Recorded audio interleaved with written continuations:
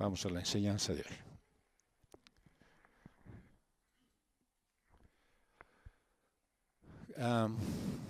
Con frecuencia yo me he preguntado, incluso he escuchado muchas veces a otros decir, ¿cuál es la voluntad de Dios para mi vida?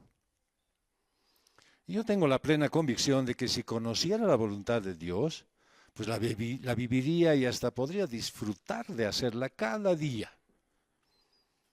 El problema es que puedes buscar la voluntad de Dios y saber lo que Él quiere y hasta estar conforme, pero lamentablemente muchos cristianos, igual que tú, se siguen haciendo preguntas que no son apropiadas. ¿Con quién debo casarme? ¿Qué trabajo debo aceptar? ¿En qué ciudad debo vivir? ¿Cuántos hijos debo tener? Bueno, y cosas como esas que no son las preguntas más apropiadas para conocer la voluntad de Dios. Porque la voluntad de Dios se refiere a la dirección que debe tomar tu vida, a cómo debes abandonar los comportamientos pecaminosos y qué debes hacer para obedecer lo que Dios manda. Esas preguntas o esas cuestionantes, pues son las que tienen que ser cubiertas para que tú conozcas completamente la voluntad de Dios. Lamentablemente, esa no es la meta prioritaria de una gran mayoría de cristianos. Básicamente por dos razones. Porque no logran practicar lo que significa ser un sacrificio vivo, santo y agradable a Dios. Y tampoco no pueden darle prioridad a buscar primero el reino de Dios y su justicia. Conoces la voluntad de Dios desvinculado del sistema mundial. Y dice Romanos 12, verso 2, en su primera parte. Y no se adapten a este mundo. Bueno, si alguna vez la iglesia ha necesitado no adaptarse a este mundo en el pasado, hoy necesita muchísimo más por la influencia que existe de la sociedad actual. Porque los movimientos por la justicia social, los derechos de la mujer, la aceptación de las orientaciones sexuales, la inmoralidad, están incrustados en las iglesias. Y algunos redefinen el significado de no adaptarse diciendo que no hay nada de malo en involucrarse en estas cosas e inclusive darles su apoyo. Pero debes tener en claro que la Biblia no cambia porque la sociedad haya decidido redefinir qué se considera pecado en nuestra cultura. La Biblia es muy clara acerca de tu relación con el mundo, no solo en este pasaje, sino en muchos otros más. De hecho, esto se explica con contundencia en 1 de Juan 2, versos 15 al 17. ¿Qué dice? No amen al mundo ni las cosas que están en el mundo. Pareciera ser que hay una exclusividad, sí, y hay una razón para eso, sí. Si alguien ama al mundo, el amor del Padre no está en él. Entonces, ¿qué significa? Que cuando yo tengo preferencia por las cosas del mundo, cuando mi prioridad es vivir de acuerdo a los parámetros del mundo, cuando las cosas que debo realizar en el día a día, no solamente en el culto, sino en el día a día, son preferentemente realizadas en base a los parámetros del mundo, entonces quiere decir que el amor del Padre no está en mí. No hay cómo darle otra figura a esta expresión de Juan. No amen las cosas del mundo, porque el que ama al mundo demuestra que el amor del Padre no está en él. Porque todo lo que hay en el mundo, la pasión de la carne, la pasión de los ojos y la arrogancia de la vida no proviene del Padre, sino del mundo. O sea, todo lo que te satisface a través de lo que sientes, percibes, lo que ves y la forma en que consideras que tu vida debería ser llevada, pues no proviene de Dios, más bien es una influencia directa del mundo sobre tu vida. Y lo triste para alguien que se deja llevar por esa condición es que el mundo pasa y también sus pasiones. Pero el que hace la voluntad de Dios permanece para siempre. Así que no seas como los pecadores del mundo, ni tampoco hagas lo que ellos hacen. ¿Por qué? Porque claramente eso demuestra tu falta de amor a Dios. Y dice Santiago 1:27, la religión pura y sin mancha delante de nuestro Dios y Padre es esta. Es decir, tú quieres vivir una vida religiosa, tú quieres hacer de tu vida un referente de servicio a Dios a través de la religión, dice, ¿qué debes hacer? Visitar a los huérfanos, y visitar no significa simplemente ir de visita, sino dedicar tu vida en cuidado, atención, soporte y sustento de ¿quiénes? De los huérfanos, de las viudas. ¿En qué? En sus aflicciones. O sea, que no simplemente es darles una palmada en la espalda, pobrecito, ya vas a salir de esto. Seguí orando y yo te acompaño y Dios va a obrar, ¿no? Es hacer algo a favor de esas personas. Así que si tu mirada está en querer ayudar, yo quiero ayudar, me gustaría hacer algo, quiero preparar comida para llevar a los que están desamparados ahí en la terminal, para dejarles ahí sus ropas y todas esas cosas. Si estás pensando en esas cosas que tienen simplemente un atisbo pequeño de piedad, lo que tienes que hacer es entender que Santiago te dice que debe haber un compromiso de tu parte acerca de las personas a las cuales tú quieres ayudar. No solamente se trata de que saques la ropa esa que ya no quieres y que alguien la lleve y cumpliste. Se trata de que tú te dediques a esas vidas que están necesitando de Dios y que Él ha puesto en tu entender que tú eres capaz de ayudarles. Y luego, ¿qué más debes hacer? Dice, guardarte sin mancha del mundo. Es decir, no dejar que la influencia del mundo agobie tu vida y lo que tú quieres hacer. Entonces te puedes poner a meditar en que pensar como Jesús, que eso es lo que Él hacía, te va a llevar a empatizar con gente que no es de la preferencia de todos, pero eso es hacer la voluntad del Padre. Porque si nosotros quedamos bien con los que nos quieren, dice el Señor, ¿qué de nuevo o bueno estás haciendo? Y la mayoría de los que se llaman cristianos, entiéndase bien, que están en las iglesias, que son parientes de los cristianos, que son amigos, que tienen de repente el deseo de orar y tal vez alguna vez han escuchado alguna prédica, quién sabe que en algún momento se han entusiasmado y han creído que el Señor está obrando en sus vidas y que son salvos. Todos ellos coinciden en que debemos vivir separados del mundo, pero en realidad ninguno de ellos vive de ese modo. Simplemente es un buen criterio que tienen en la mente. Dice, ¿sabes? Si tú quieres agradar a Dios, tienes que separarte del mundo. Excelente. ¿Lo haces tú? Bien. Es la duda. En las iglesias, lo mismo. Demasiadas iglesias se parecen más al mundo. Pues en su música, por ejemplo, en su vestimenta y en muchas actitudes orgullosas y arrogantes que tienen los miembros de esa congregación. Dice en 2 Corintios 6, del 14 al 18, no estén unidos en yugo desigual con los incrédulos. Pues, ¿qué asociación tiene la justicia y la iniquidad? ¿O qué comunión la luz con las tinieblas? ¿O qué armonía tiene Cristo con Belial? ¿O qué tiene un creyente con un incrédulo? ¿O qué acuerdo tiene el templo de Dios con los ídolos?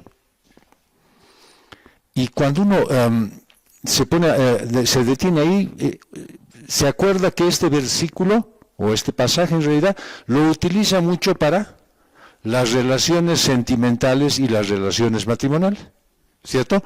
Dice, vea, aquí dice que no te tienes que unir en yugo desigual, y entonces creen que la referencia que está haciendo aquí Pablo es exclusivamente en el tema marital, que sí es, sin duda, pero no se queda en eso, sino que te está preguntando, ¿qué hay de ti que te dices que eres cristiano y tienes una vinculación con gente que no adora a Dios? ¿Qué pasa contigo? Que tus amistades, tus preferencias en cuanto al trabajo, a los estudios, en tu barrio, son personas que no conocen a Dios. ¿Qué puedes decir? Que tú perteneces a un club o a un círculo social, ¿no es cierto?, en el que solamente honran al hombre. Y estás ahí. Así es que no está hablando solamente del tema matrimonial, que sí lo está haciendo, sino que está hablando de una calidad y condición de vida. ¿Pero por qué, dices tú? ¿Cómo vamos a hacer eso? Porque nosotros, es decir, los que creemos en Jesús, somos el templo del Dios vivo, y como Dios dijo, habitaré en ellos, y andaré entre ellos, y seré su Dios, y ellos serán mi pueblo. Por tanto, salgan de en medio de ellos y apártense. ¿Se dan cuenta cómo esto deja de ser un pasaje exclusivamente dedicado al matrimonio? Porque en ese caso dirían, bien, divorcios generales de todos aquellos que están casados con impíos. Y no es eso lo que el Señor dice. A las mujeres que están casadas con personas incrédulas, dice que deben dar con su comportamiento un testimonio tal que de repente su marido se convierta. Y dice a los esposos, ¿no es cierto?, que deben tratar a sus mujeres que no son creyentes como a un vaso más frágil para que ellas también entiendan y conozcan la gracia de Dios. Pero aquí nos dice, no salgan en medio de ellos. No, dice que cuando estás tú metido en un círculo, en un grupo, en alguien que te está influenciando, salí de ahí. No vas a aguantar, no vas a resistir. Busca amigos cristianos, busca personas que te influyan bien. No toquen lo inmundo, y yo los recibiré. Yo seré un padre para ustedes, y ustedes serán para mí hijos e hijas, dice el Señor Todopoderoso. Así es que no participes en nada de lo que hace la gente del mundo. Si eres bueno, no tienes nada que ver con lo malo. Pero muchas personas prefieren lo que el mundo ofrece. Y sin embargo, y estoy hablando de personas, no de cristianos, estas personas están autoconvencidos de que de alguna manera siguen a Cristo. Cuando tú les hablas y dices, ¿conoces a Cristo? Por supuesto que conozco a Cristo. Y tú tienes una relación, pero personalísima con Él. Pero tu vida no refleja eso. Pero lo que estamos viendo de ti no es lo que Dios dice. ¿Por qué esa actitud? Porque no se puede uno vivir alejado de este mundo. Es imposible alejarse. El Señor mismo lo dijo. No pido a Dios que los saque de este mundo, sino que los preserve del mal. Entonces, por lo tanto, como no se puede vivir de este mundo, algunos de los proclamados cristianos, esos autoproclamados cristianos, se parecen más al mundo, tanto que es imposible diferenciarlos. ¿Por qué? Porque todas sus actitudes, comportamientos, pensamientos, reacciones y decisiones son prácticamente de la gente del mundo. De hecho, lo que vemos en las palabras de nuestro Señor Jesús es totalmente opuesto a cómo vive la gente en nuestra sociedad.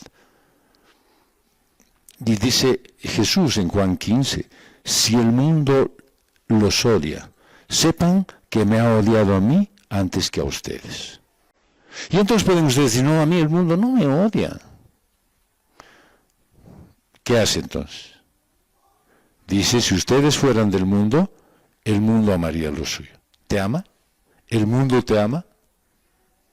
Si dices tú que no te odia, ¿te ama? No, es que no me odia en el sentido de que no me discriminan, no me alejan, más bien me tratan bien, es más, me tratan con más cordialidad que muchos hermanos de la iglesia. Lo que pasa contigo es que estás confundiendo el término odiar en el sentido de que el mundo debería estarte persiguiendo, debería estarte denigrando. No, el mundo te acoge, te acepta y tú te haces aceptable para el mundo. Y al mundo lo aceptas también. Si ustedes fueran del mundo, les llamaría lo suyo el mundo. Pero como no son del mundo, sino que yo los escogí de entre el mundo, por eso el mundo los odia. ¿Qué es lo que debería llamarnos en la atención en este pasaje? Es decir, yo soy diferente de las personas del mundo. O sea, me puedo sentir que no soy igualito que ellos, que no me puedo camuflar. Yo ando, pienso, vivo de manera distinta a la que ellos viven. Si es así, entonces verdaderamente el mundo no me va a amar, me va a odiar. Pero si yo me acomodo al mundo, entiéndase bien, queremos conocer la voluntad de Dios y el Señor nos dice, mi voluntad es que tú no estés camuflado, confundido, mimetizado en el mundo. ¿Se acuerdan? Ustedes son la luz del mundo. Ustedes son la sal del mundo. Somos diferentes del mundo. Por lo tanto, no deberíamos nosotros conformarnos en vivir de una manera en la que el mundo ha marcado las líneas. Los que están ligados al mundo no te aceptan, ni a ti ni a lo que representas. Pero en esta época, la autollamada iglesia se lleva bien con los que viven en un modelo así del mundo. Y lo hacen de tal manera que distorsionan el significado real del pecado. Y ellos están llamando, sí, todos debemos amarnos, sí, que Dios es amor y por lo tanto debemos amarnos. No, lo que tienes que llamar es al arrepentimiento. El pecado y el sistema mundial pues se oponen a Dios. Y como cristiano pues debes apartarte de ellos y vivir de otra manera. Y como vemos, esto es radicalmente diferente de la impiedad que te rodea. Pablo dice claramente, no se adapten a este mundo. Es como ya han inventado el mundo, ¿no es cierto? Venían antes los enchufes redondos en los artefactos eléctricos. Y antes había enchufes en las paredes planos. Entonces mi aparato con enchufe redondo no entraba al tomacorrientes plano. ¿Qué ha hecho el mundo? Ha conseguido unos adaptadores. Entonces te pones el adaptador redondo y al plano. Eso es lo que está haciendo el cristiano. Como no puedo entrar al mundo, me busco un adaptador. ¿Ya? Y Pablo dice, no te adaptes, no busques la manera de entrar al mundo. ¿Por qué? Porque el mundo tiene la costumbre de moldear a su imagen a todos. De modo que los vuelve como él. Y lo peor de todo es que nadie se da cuenta de que eso está pasando en su vida. ¿Sabes? Es algo parecido como lo que cuando lo escuché hablar a mi nieto un día pasado, y él estaba hablando con un acento de cambita, ¿no? Porque vive en Ruinavac. Pero ¿qué estaba pasando con él?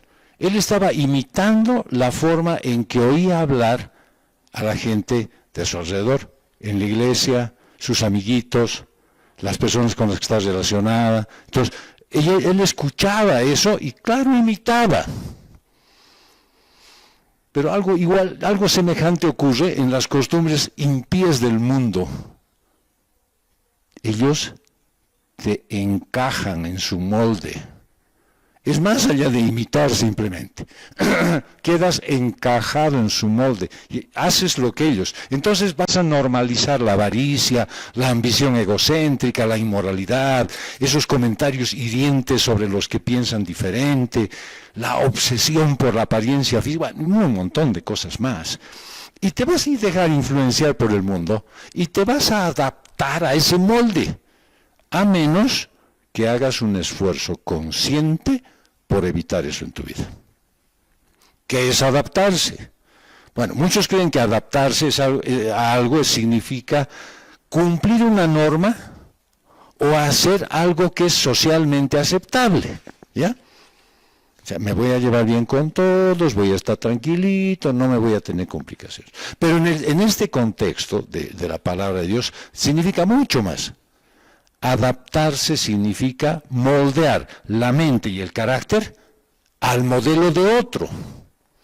Así es que si te dejas influenciar por la política, por las publicaciones, por las redes sociales, por los videos, por los amigos, entonces vas a empezar a repetir lo mismo, el mismo patrón de pensamiento, y tus acciones y eventualmente tu carácter van a reflejar lo que refleja el molde. Y llegar a estar conforme en esa situación es un peligro terrible. Porque puedes adaptarte a este mundo cuando buscas con insistencia lo mundano. Cuando estás buscando agradarle al mundo. O también cuando te quedas pasivo. Y cuando dejas que el mundo ejerce una influencia erosionante, lenta y constante sobre ti. Una forma de adaptarse al mundo es dejarse seducir por él, enamorarse del mundo, imitarlo. Es una gran tentación para muchos, especialmente para los jóvenes criados en hogares cristianos. Hablo con muchas mamás que tienen hijos cristianos y sufren como nadie. ¿Por qué? Porque ellos están imitando a sus amigos. Sus amigos ya pues independizados y se distancian de sus padres. Lo primero que generan es una distancia del padre cristiano. Me eres muy fastidioso. Y entonces, apartados de esa influencia, llegan a probar lo que el mundo les ofrece. ¿Y saben qué es lo peor? Les gusta. Entonces, analizan cómo actúa el mundo y obran de esa manera. Observan cómo se viste el mundo y se visten de esa forma. De miles, por ser discreto, de miles de pequeñas maneras se adaptan al mundo hasta volverse indistinguibles de él, de una forma muy sutil. Te adaptas al mundo cuando bajas la guardia, cuando descuidas la vigilancia, cuando no adoptas una postura defensiva contra esa invasión del mundo. Y corres tras el mundo sin temor. Y esto te empuja a ser comprimido poco a poco en un molde muy estrecho. Y con el tiempo te adaptas a la forma del molde. Y esto pasa tan lento que ni siquiera lo notas. No te das cuenta cuándo han empezado los cambios en tu vida, hasta que de repente explotas y muestras todo lo que había en tu interior. Por eso es que los cristianos no hacen buenas amistades, porque todavía están guardando los deseos y los anhelos de las amistades del mundo, cuando ellos simplemente todos desocapaban por estar con ellos. Todo les parecía interesante, te iba bien y se unían a ti. Estabas de juerga y estaban ellos contigo. Y de repente, si te pasaba una desgracia, venían y te daban una palmada. Pero los cristianos obramos de otra manera. Te decimos que no está bien lo que estás haciendo. Y eso, para empezar, lo consideras muy invasivo. Y por lo tanto, dices, no voy a estar en esto. El otro día estaba escuchando a un pastor, muy entendido en el tema de manejo de iglesias, y decía, ¿cómo puede un pastor disciplinar a la congregación sin que la congregación salga en huida? Dijo, predicando. Solo predicando. Y el momento que alguien sienta que verdaderamente el Señor le está hablando, pues vendrá para hablarlo. Y si no, y ustedes ya saben, son inteligentes, llegan a la conclusión del pastor. Son simplemente oyentes en la congregación. No son ovejas del redil del Señor. Lo cual es triste. Si tú escuchas una prédica, escuchas un mensaje y no quieres correr a buscar ayuda acerca de lo que Dios te ha mostrado en ese pasaje, en ese mensaje, en esa prédica, es porque verdaderamente estás conforme con lo que el mundo te está dando. Porque puedes adaptarte pues al mundo con tu entretenimiento. Cuando no cuidas lo que ves, lo que oyes, lo que lees, ni la cantidad que consumes. Te adaptas a través de la imitación. Cuando eres influenciado en exceso por quienes o se oponen a Dios o por quienes aman. Y puedes adaptarte a través de tus amistades, porque tienes como mejores amigos a no creyentes, o inclusive algunos que son antagonistas con Jesús. Y puedes adaptarte al mundo a través de tu apatía, cuando descuidas la gracia de Dios que te da a través de la iglesia. ¿Por qué? Porque no participas del culto, porque no tienes adoración familiar. Y con el tiempo, la comprensión de tu propósito pues se moldea con lo que dice en la lista de los más vendidos, en lugar de en lo que dice Dios. Y tu comprensión de los orígenes del mundo pues se establece en la verdad que dice un aula, en lugar de compararse con la Biblia. Y tu comprensión de la sexualidad pues se debe más a las películas, a la pornografía, que al creador de tu cuerpo y de tu sexualidad. Así es que te adaptas lentamente por descuido, por falta de atención o por simple negligencia. Te pregunto, ¿eres tentado a bajar la guardia ante el pecado? Es decir, ¿nunca estás atento, no estás todo el tiempo alerta cuando el pecado aparece? ¿Dejas que el mundo se inserte en tu corazón y en tu mente? Pues este puede ser el medio por el cual te estés adaptando al mundo. Y la mundanalidad es como la gravedad. Siempre está presente, siempre está ejerciendo presión sobre ti. Siempre está ejercitando su influencia. Es que, amado cristiano, tienes la responsabilidad de resistir cada día esa influencia. Y debes hacerlo porque puedes. Tu vida y tu salud espiritual dependen de ello. Y puedes hacerlo porque el Espíritu Santo mora en ti y te transforma mediante la palabra de Dios a la imagen de Jesús. Así que, mensaje, no te adaptes a este mundo. Conoces la voluntad de Dios, punto número 2, transformado por la renovación de tu mente. Romanos 12, verso 2, en la segunda parte, dice, sino transfórmense mediante la renovación de su mente. Y la frase esa, transfórmense mediante la renovación de su mente, marca la transición de la enseñanza teológica con la enseñanza práctica. La exhortación es, en vista que has recibido la misericordia de Dios, debes ser un sacrificio vivo para Dios, santo y aceptable. ¿Cómo lo puedes hacer? Dejando de adaptarte al mundo, pero transformándote mediante la renovación de tu mente. En un lenguaje sencillo, cambiando tu manera de pensar. Un sacrificio vivo para Dios es el que no se conforma, sino que se transforma. Es el que tiene la mente de Cristo. Y Pablo usa la palabra mundo para referirse pues al espíritu de la época, no al globo terráqueo. Mundo es todo lo que se refiere a la cosmovisión que rechaza a Dios y su revelación. Tal vez como incrédulo, cuando eras tú, eras adaptado al mundo. Como creyente, ya no perteneces al espíritu de este siglo. Mira lo que dice Efesios 2.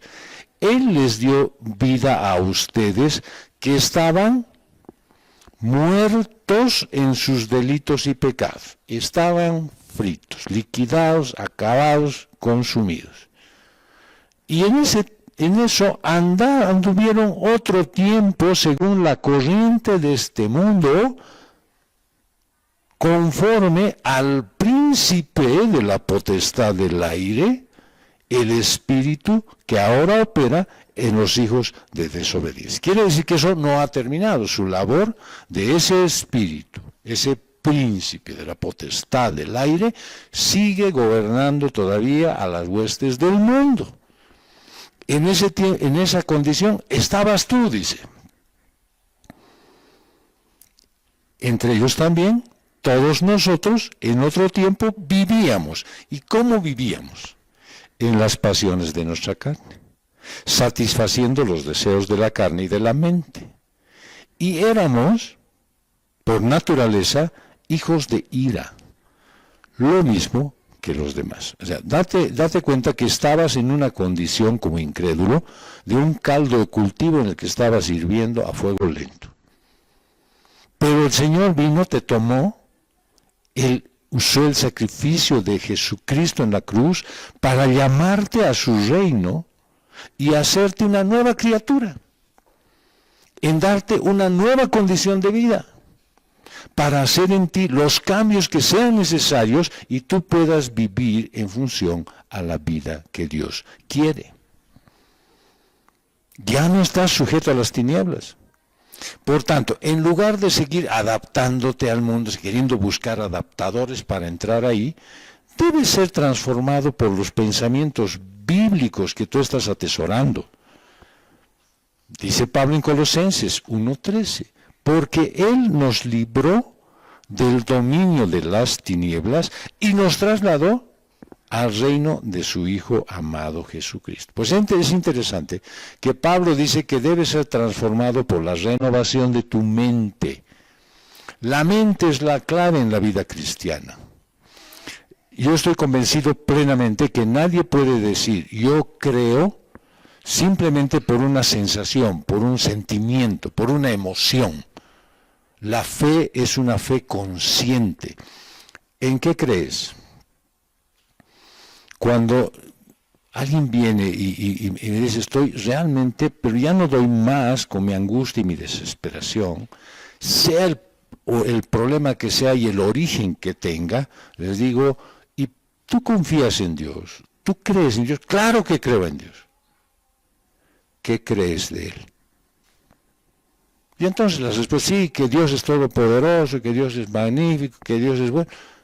Y si crees eso, ¿por qué no eso lo aplicas a tu problema?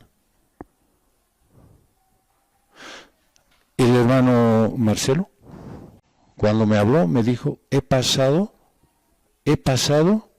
lo más duro que te podrías imaginar. Y yo le digo, ¿sabes qué es lo que has pasado, Marcelo? Aunque esté en valle de sombra de muerte, tú estás conmigo. Y él caminó de la mano del Señor todo ese tiempo. Él confió en el Señor. Confió en que nosotros confiamos en Dios y por eso estábamos orando. Y él tuvo la oportunidad de pasar por ese valle de sombra de muerte, tomado de la mano de su Señor. ¿Qué problema tienes tú? ¿Qué te está agobiando? ¿Qué te está ahogando? ¿En qué estás dejando de confiar?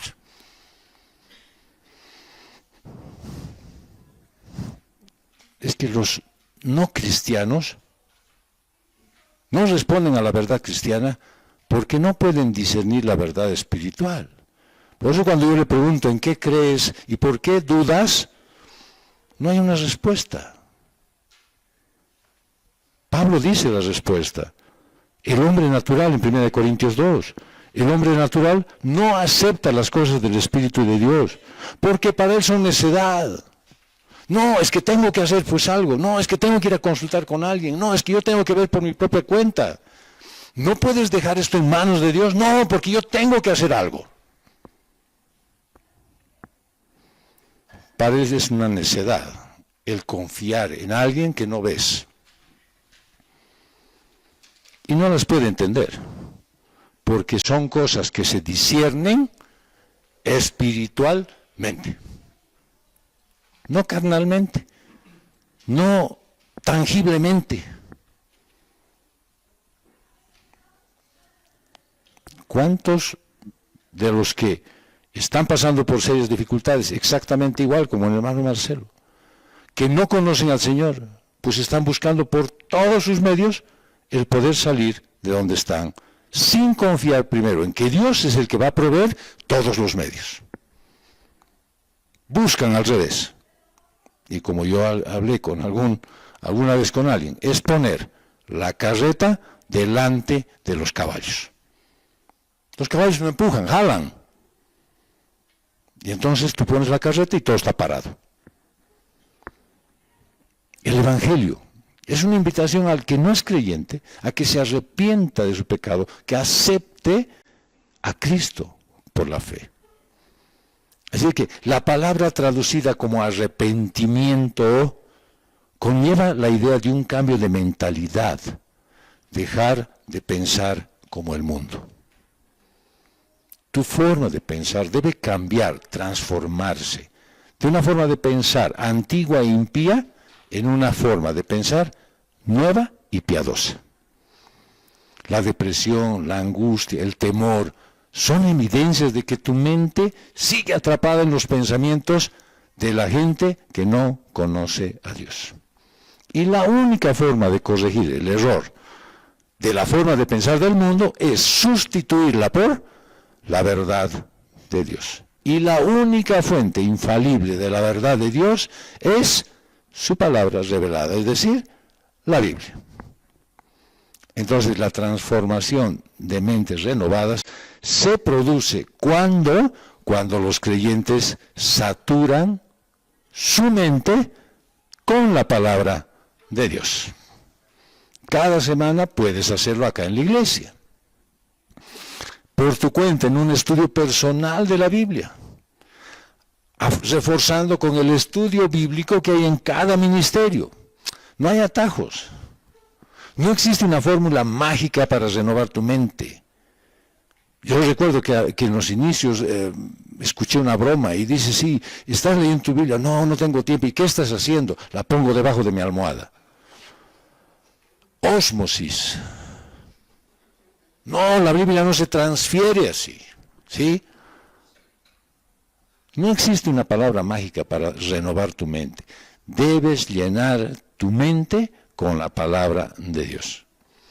La oración de Jesús en Juan 17, santifícalos en la verdad. Tu palabra es la verdad. ¿Qué es santificar? A ser santo. ¿Qué es ser santo? Estar apartado de la forma de pensar de este mundo. ¿Cómo dice el Señor Jesús? Con tu palabra. ¿Y qué es con la verdad? ¿Y qué es la verdad? Tu palabra es la verdad. Yo sé que la mayoría de nosotros sabemos que una oruga es la que se convierte después en una mariposa, ¿sí? Y este proceso de metamorfosis tarda más o menos unas 3 semanas. Y cuando aplicas el proceso de transformación a tu vida cristiana, necesitas tiempo para que el proceso se complete. Pero el problema es que muchos se rinden casi al comenzar, porque no quieren dejar de relacionarse con el mundo. O sea, ¿tiene que ser radical? Por supuesto, la oruga, ¿cómo está? Metida dentro de un capullo. O sea, le siguen visitando sus amigas orugas, sigue haciendo reuniones con ellas, juega pasanaco de orugas. ¿Qué hace? Nada, está metida en un capullo. Y ahí se está transformando. No, ya me voy a transformar en cristiano. Seguro, sí, pero sigo en mis cosas, en mi mundo, sigo con la gente del mundo, sigo haciendo. Entonces, ¿cuándo va a suceder eso? Entonces dice, no, mucho tiempo, me rindo. Es que no pueden hacer una ruptura definitiva ni dar los pasos adecuados para continuar su transformación. Y entonces el resultado que tenemos, ¿qué es? Una apariencia externa transformada, que ya no quiere asociarse con la vida anterior, pero que no está completa. Claramente alguien hizo un experimento cruel, cortar el capullo de la oruga cuando estaba en plena transformación. ¿Saben qué salió? Una mariposa deforme,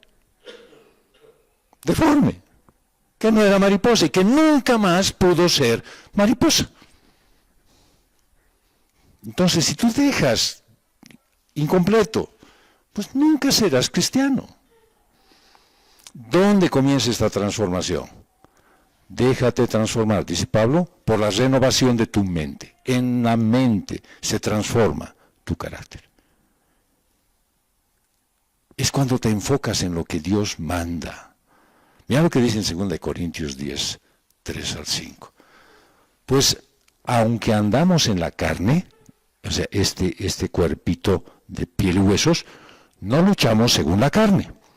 Porque las armas de nuestra contienda no son carnales, sino poderosas en Dios para destrucción de fortalezas, destruyendo especulaciones y todo razonamiento altivo que se levanta contra el conocimiento de Dios. Todos esos filósofos que andan diciendo que no, que Dios no es amor, que Dios no te trata así, de que yo tengo mi experiencia personal de hablar todos los días con Dios y Él me da mi agenda y yo Nada de eso es real. ¿Qué es lo real? Poner todo pensamiento en cautiverio, dense cuenta, no solamente, digamos, en relación o mirando no, cautiverio a la obediencia de Cristo. O sea, todo pensamiento que tú tengas tiene que pasar por el filtro. Esto es lo que Dios quiere. Esto es lo que Él me está mandando a través de su palabra, no de un sueño, no de una percepción, no de un deseo, de un gusto. Esto es lo que Dios dice en su palabra. Entonces sí, cuando llevas todo pensamiento tuyo cautivo a la obediencia de Dios, entonces verdaderamente puedes mostrar que tienes una vida cristiana. Dios quiere que te aboques a hacer lo que a Él le agrada. Pensar en las cosas del cielo, no en las cosas de este mundo. En Colosenses 3 dice, ustedes, pues, han resucitado con Cristo. Si son cristianos, si verdaderamente han sido tocados por el Espíritu mora en ustedes, busquen las cosas de arriba donde está Cristo sentado a la diestra de Dios. Pongan la mira en las cosas de arriba, no en las de la tierra. Así es que todos esos tus planes que tienes, de sí, yo cuando salga profesional voy a hacer esto, sí, cuando yo me case voy a hacer esto, sí, cuando termine de pagar mis deudas voy a hacer esto, sí, eso es mirar las cosas de esta tierra. ¿Qué debo hacer? Decir, voy primero a obedecer y conocer la voluntad de Dios para que eso influya en mi matrimonio, para que eso influya en mis deudas, para que eso influya en mi relación con la iglesia, y todo después. Cambiando tu mente. Según Filipenses 4, por lo demás, hermanos, todo lo que es verdadero, todo lo digno, todo lo justo, todo lo puro, todo lo amable, todo lo honorable. Si hay alguna virtud en algo, o algo que merece elogio, en esto mediten. Solo cambias aceptando que Dios cambie tu mente. Cuando tú sigues haciendo tus cálculos en base a y el dólar cuánto está y cómo subirá, ya estoy viendo yo a algunos renombrados economistas que han dejado de dar su opinión porque no se acomoda a la realidad. ¿Qué debo hacer con el dólar? Me han preguntado y yo les digo, no sé. Eso dice el economista. Porque ya no quieren meterse en líos, porque ya se ha hecho insultar porque ha estado diciendo, sí, el dólar va a bajar, a empezar a subir. Y tú te estás fijando en eso, estás pendiente de eso. ¿Estás viendo cómo influye en eso tu vida? No, piensa en todo lo que es verdadero, lo digno, lo que es justo, lo puro, lo amable, lo honorable, lo que tenga alguna virtud. Con una separación del mundo, tienes una nueva forma de pensar y de vivir. Tienes que recordar que tu transformación se basa en un cambio interno. Y ese cambio interno está concretamente en tu mente. Mira lo que dice el Salmo 1. Cuán bienaventurado, es decir, cuán feliz, dichoso, contento y que no se cambia por nadie, es el hombre que no anda en el consejo de impíos, ¿no? No es el que sacó la lotería, que tiene a la mujer perfecta, que tiene a su marido que es un dije. No, dice al que no anda en el consejo de los impíos, ni se detiene en el camino de los pecadores, ni se sienta en la silla de los escarnecedores, sino que en la ley del Señor está su deleite, y en su ley medita de día y de noche. Será como un árbol plantado junto a corrientes de agua, que da su fruto a su tiempo, y su hoja no se marchita, en todo lo que hace prospera.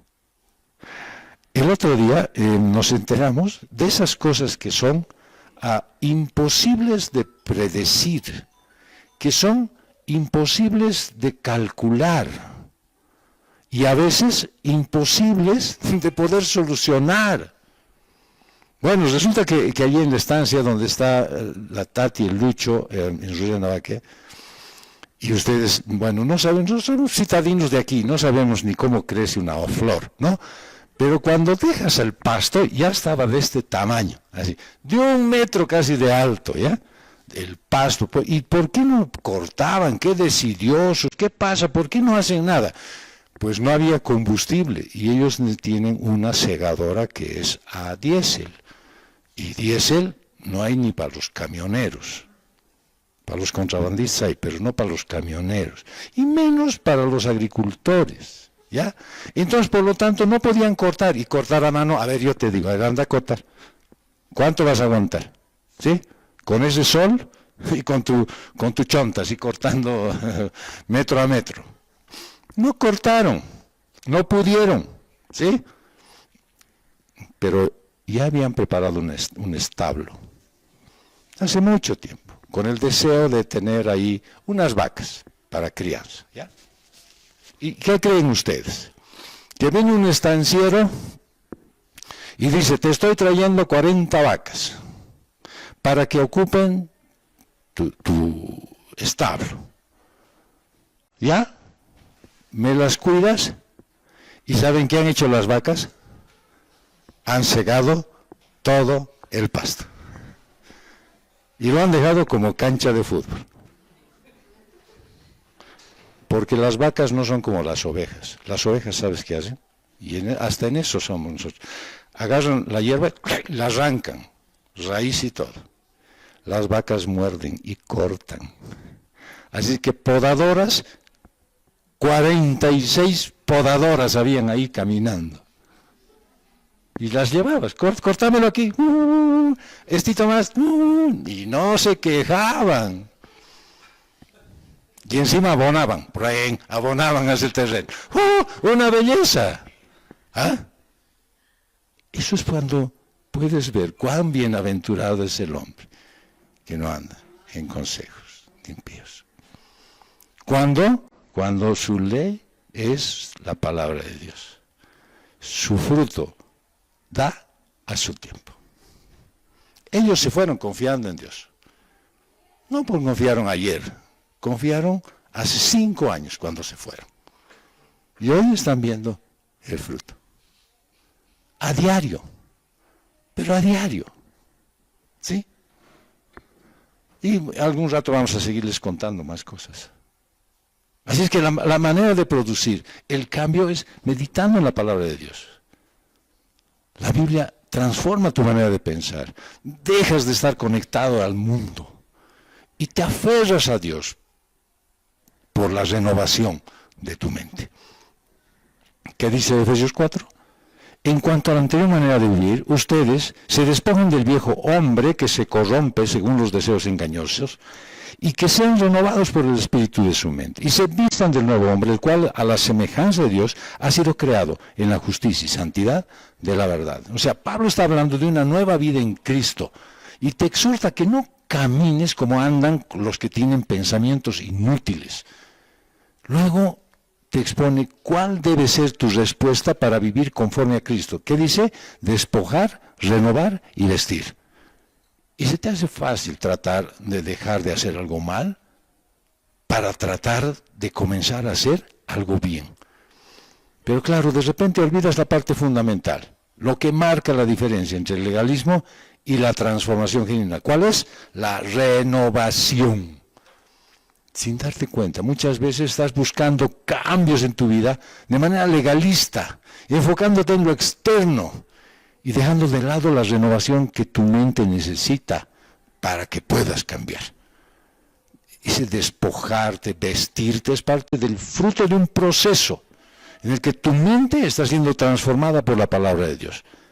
Esas obras externas sin renovación interior, pues no tienen poder contra los apetitos de la carne. ¿Por qué? Porque son cambios superficiales. En todo pecado o en un llamado a la obediencia de la Escritura, hay una verdad mayor que debe ser impregnada en tu mente, y es lo que va a producir fruto, el despojarte y vestirte, quitarte las ideas antiguas y ponerte ideas nuevas, para que tu mente sea renovada. Frente a ese pecado que buscas en medio de este mundo, para ir a un principio bíblico, que es la raíz de este cambio. Dice Efesios 4:25. Por tanto, dejando a un lado la falsedad, hablen verdad cada cual con su prójimo, porque somos miembros unos de los otros. No solamente te habla de qué tienes que decir, sino que pienses en todo lo que vas a decir, que todo lo que digas esté afirmado en la Escritura. Debes cambiar tu manera de pensar en cuanto al perdón, por ejemplo, sin buscar esos justificativos ni excusas para no hacerlo.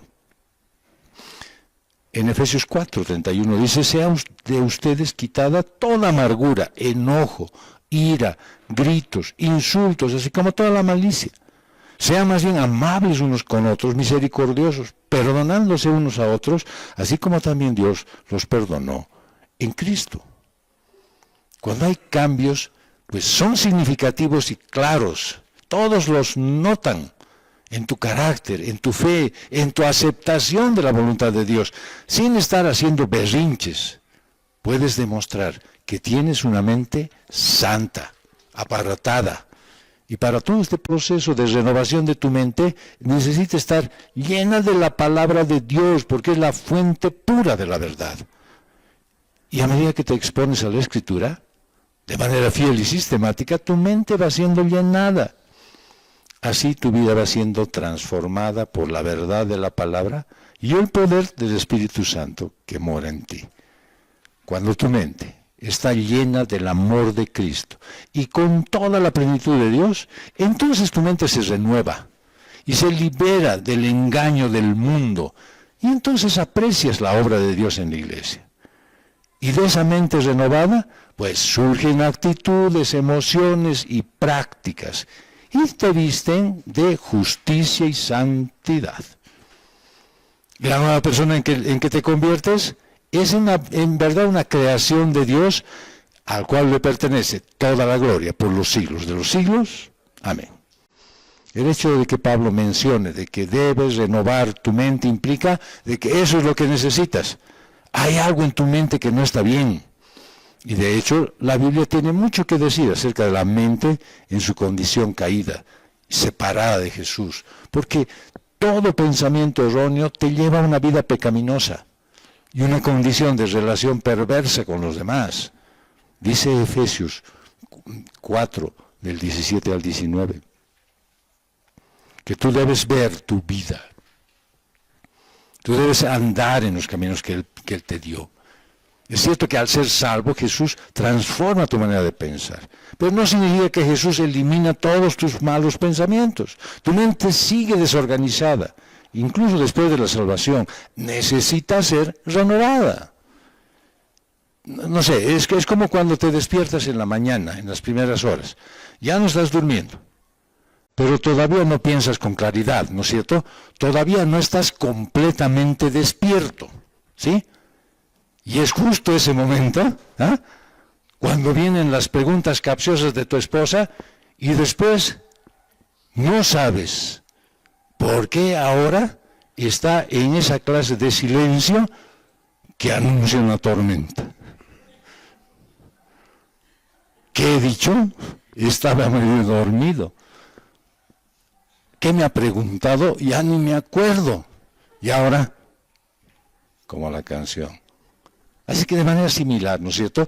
Muchos cristianos estamos experimentando una transformación en nuestra mente de pensar gracias a Jesús. Pero nuestro pensamiento aún puede estar distorsionado en muchos aspectos. Por tanto, es necesaria una renovación.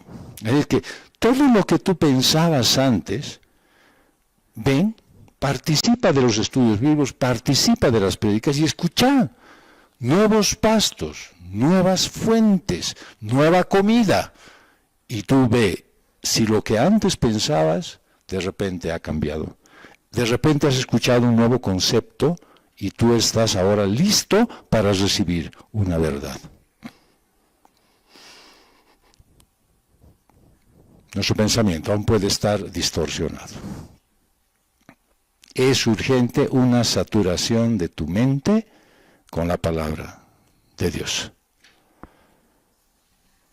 Conoces la voluntad de Dios. Punto número 3, buena, aceptable y perfecta. Y dice Romanos 12, verso 2, en la tercera parte, para que verifiquen cuál es la voluntad de Dios, lo que es bueno y aceptable y perfecto.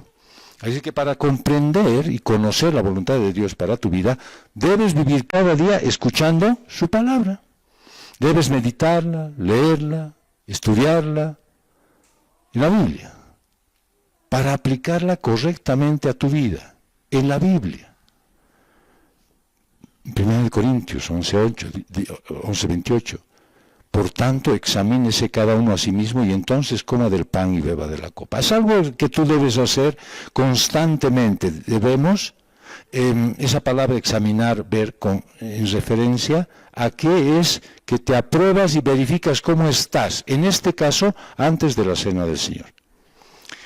En todo caso, para toda circunstancia, dices, hoy día me han dicho algo en el trabajo y realmente me ha hecho casi explotar. Analízate por qué. No digas, es que es el jefe, esa mujer. No. Analízate por qué. Tú fuiste capaz de casi explotar. Es que hablé con una persona o recordé a alguien y me vino un mal pensamiento. ¿Por qué? Analízate tú. ¿Por qué están recurriendo esos pensamientos malos otra vez en tu mente? Me vino una cosa, ¿por qué? Eres tú el que tiene que ser analizado. La razón de esto, en el caso de la Santa Cena, es bien práctica. Porque si tú no te analizas y participas de la cena indignamente, dice que llevas juicio a tu vida y pecas deliberadamente. Así es que, aplicando a tu vida práctica, dices, si me han sacado de mis casillas, ¿no es cierto? Y tengo que ver por qué yo soy todavía capaz de salirme de mis casillas. Yo debería tener dominio propio. no demonio propio, necesito dominio propio. ¿Para qué? Para no salirme de mis casillas y ver que verdaderamente esta situación no me afecte. Porque si dejo y digo, no, está bien, más bien palazo deberías darle, entonces peco deliberadamente. Y dice en 2 Corintios 13:5, pónganse a prueba para ver si están en la fe, examínense a sí mismos. ¿O no se reconocen a ustedes mismos de que Jesucristo está en ustedes, a menos de que en verdad no pasen la prueba? Y esa creo que es la razón por la que muchos no se analizan. Dicen, ay, ¿por qué no le puedo perdonar a esta ingrata? No, ahí no, tranquilo, o sea, por ya no le sigas aumentando cosas. ¿Por qué no le puedes perdonar? Listo. Eso me habló este momento. Me dice, ¿qué pasó? ¿No pasaste la prueba? ¿No pasaste la prueba? ¿No pudiste encontrar la razón por la cual debes perdonarla? ¿Qué quiere decir eso? Si Cristo está en ti, tienes que encontrar la forma, la manera, el justificativo para perdonar a esa persona. Si hay algo que no puedes hacer es engañar a tu conciencia. Sabes por qué estás haciendo determinadas cosas. Lo dice la Escritura, si tu conciencia no te acusa, puedes presentarte delante de Dios. Y dice Juan, amados, no crean a todo espíritu, sino prueben a los espíritus para ver si son de Dios, porque muchos falsos profetas han salido del mundo. Cuidado con estar diciendo, a ver, veremos qué dice este man para acusarlo de... No, lo que tienes que analizar es lo que está en el fondo de su expresión. ¿Por qué está diciendo ciertas cosas? Hay muchos que han salido para decir...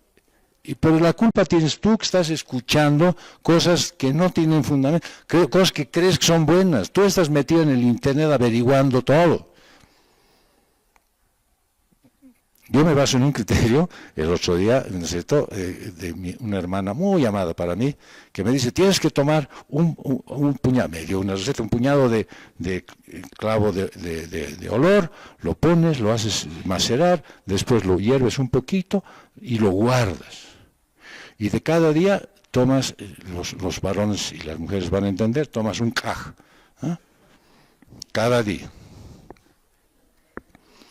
Eso hacías en tu vieja vida, dirás, no, pues de clavo de olor, vos hacías de otras cosas, ¿ya?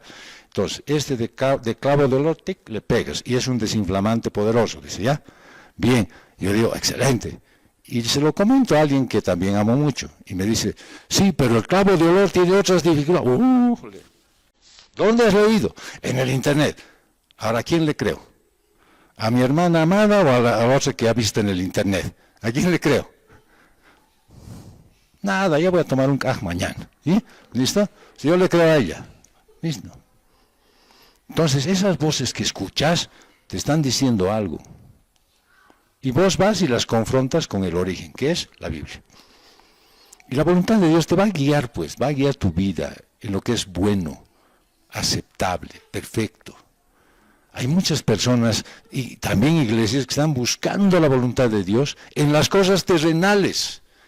Pero deberían buscarla en lo que le agrada al Señor. Así les iban a comprender lo que significa ser un sacrificio vivo. Buscar su voluntad no es pedirle a Dios que te bendiga con lo que deseas, sino que te revele en las Escrituras lo que necesitas para adorarlo y amar a los demás como Él manda. No solo tienes necesidad de ser renovado, sino que también debes ver los medios de esa renovación. La voluntad de Dios para el creyente es buena, porque Él es bueno. Lo dice de Jesús.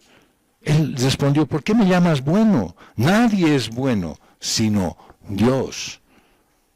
Y Dios es sin maldad, y no hay tinieblas en Él. Lo dice Juan en 1 de Juan. Este es el mensaje que hemos oído de Él, y que les anunciamos. Dios es luz, y en Él no hay ninguna tinieblas. No hay cosas escondidas, no hay cosas que sean camufladas.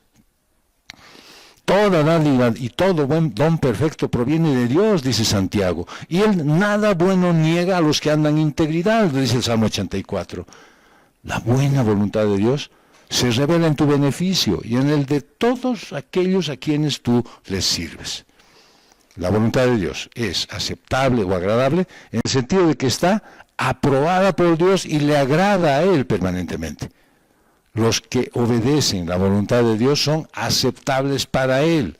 Mira lo que dice Mateo 12:50. Porque cualquiera que hace la voluntad de mi Padre que está en los cielos, ese es mi hermano, mi hermana, mi madre. ¿Quieres ser aceptado por el Señor? ¿Quieres que el Señor te diga, ven, hijo, ven conmigo? Pues nada más, haz la voluntad del Padre. El creyente que sirve al Señor con respeto y amor y rectitud, pues es aceptable a Dios, aprobado por los hombres, lo dice Romanos 14. Y la voluntad de Dios es perfecta, no tiene ningún defecto y alcanza plenamente el objetivo, el propósito por el que se ha propuesto. Seguir la voluntad perfecta de Dios te hace ser un mejor reflejo de la naturaleza perfecta de Dios. Y la naturaleza perfecta de Dios te lleva a la madurez espiritual. Las Escrituras fueron dadas para hacerte a ti un creyente perfecto, en el sentido de equipado para toda buena obra, 2 Timoteo 3:17. Si estás haciendo cosas buenas que agradan a Dios y que te llevan a la madurez, entonces estás haciendo la voluntad de Dios. A veces la voluntad de Dios no parece tan buena, aceptable, perfecta. Y pues la cuestionas. ¿Cuándo? Pues cuando aparece un sufrimiento o cuando no es como tú te lo has imaginado. Es que la voluntad de Dios es que yo esté sano. ¿Y por qué esté enfermo? Es que cuando Dios le llamó a Moisés para que fuera a Egipto, para rescatar, ¿no es cierto?, a los israelitas, él le cuestionó su voluntad a Dios. ¿Por qué? Le preguntó si él le va a creer, el pueblo me va a creer lo que él les diga. ¿Y por qué no te podrían creer? Porque yo no soy elocuente de palabra.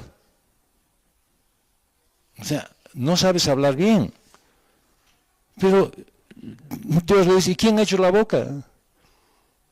¿Quién ha creado las palabras? Yo te voy a decir lo que tienes que decir. Pero dense cuenta cómo la voluntad de Dios, que ha sido revelada a Josué, tampoco parecía buena, aceptable, perfecta. Pues, ¿qué sentido tenía caminar frente a los muros de Jericó durante 7 días? ¿Qué razón había? La gente mirándoles, ¿qué les pasa a estos locos? ¿Por qué están caminando aquí? Se han venido de la paz, creo. ¿No es cierto? Están marchando aquí. Los collas originales son esos.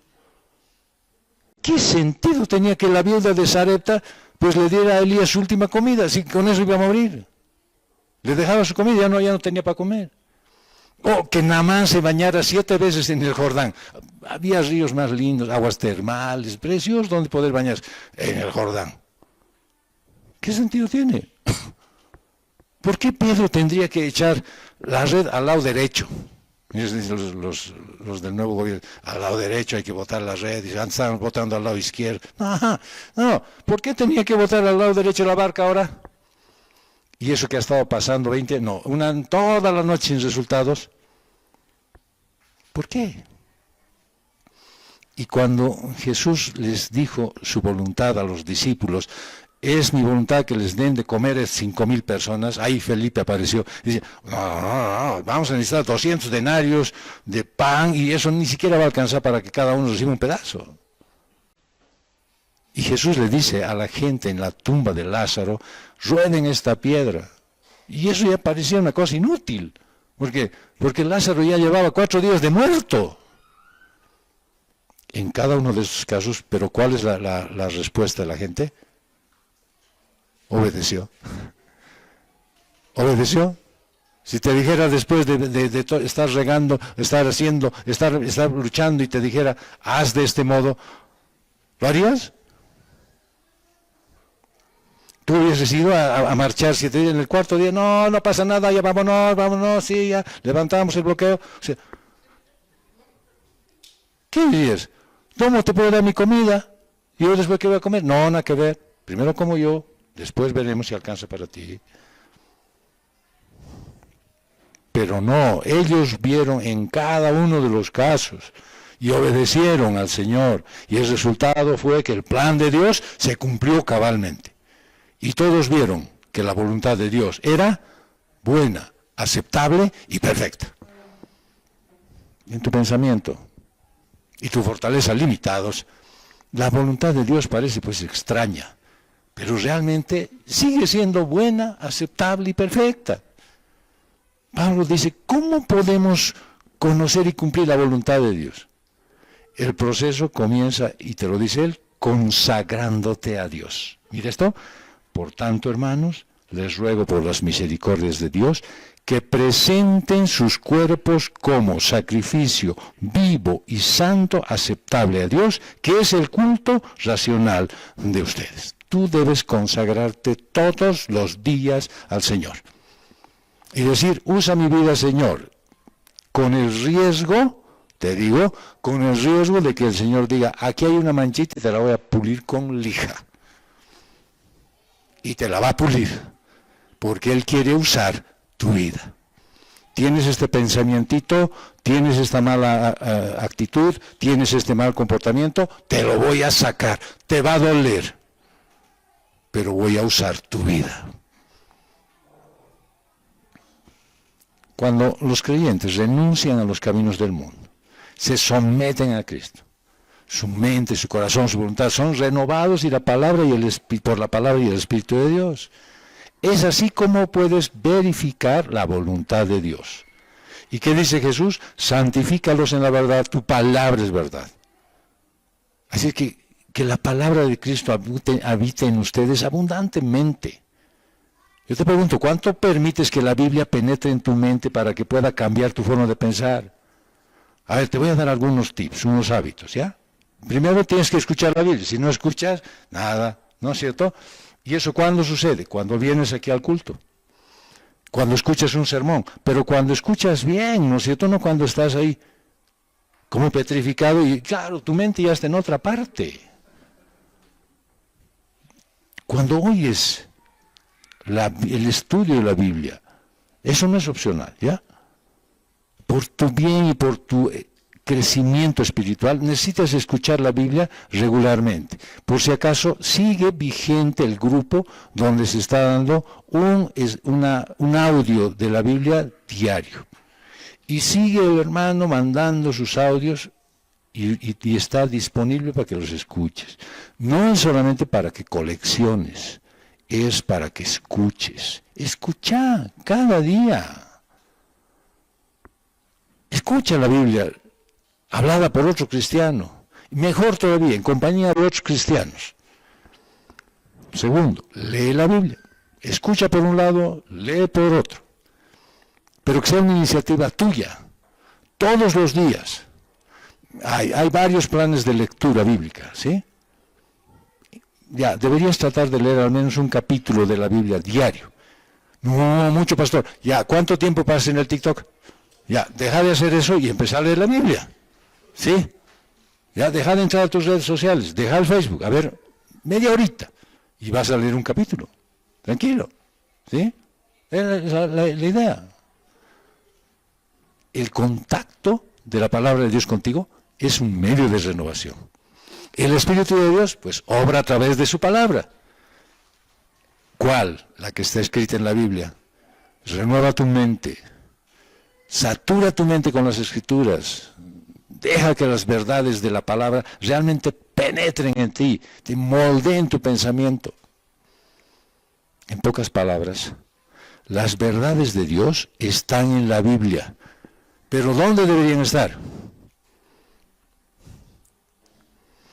Que la palabra de Dios habite en abundancia en ustedes, con toda sabiduría, enseñándose y amonestándose unos a otros con salmos, himnos, canciones espirituales, cantando a Dios con acción de gracias en sus corazones. Lo que no debes hacer es que la Biblia te entre por un oído y te salga por el otro. Y eso sucede fácilmente si solo lees la Biblia sin tomarte un tiempo para reflexionar sobre lo que estás leyendo. Por eso el tercer hábito es meditar en la Biblia.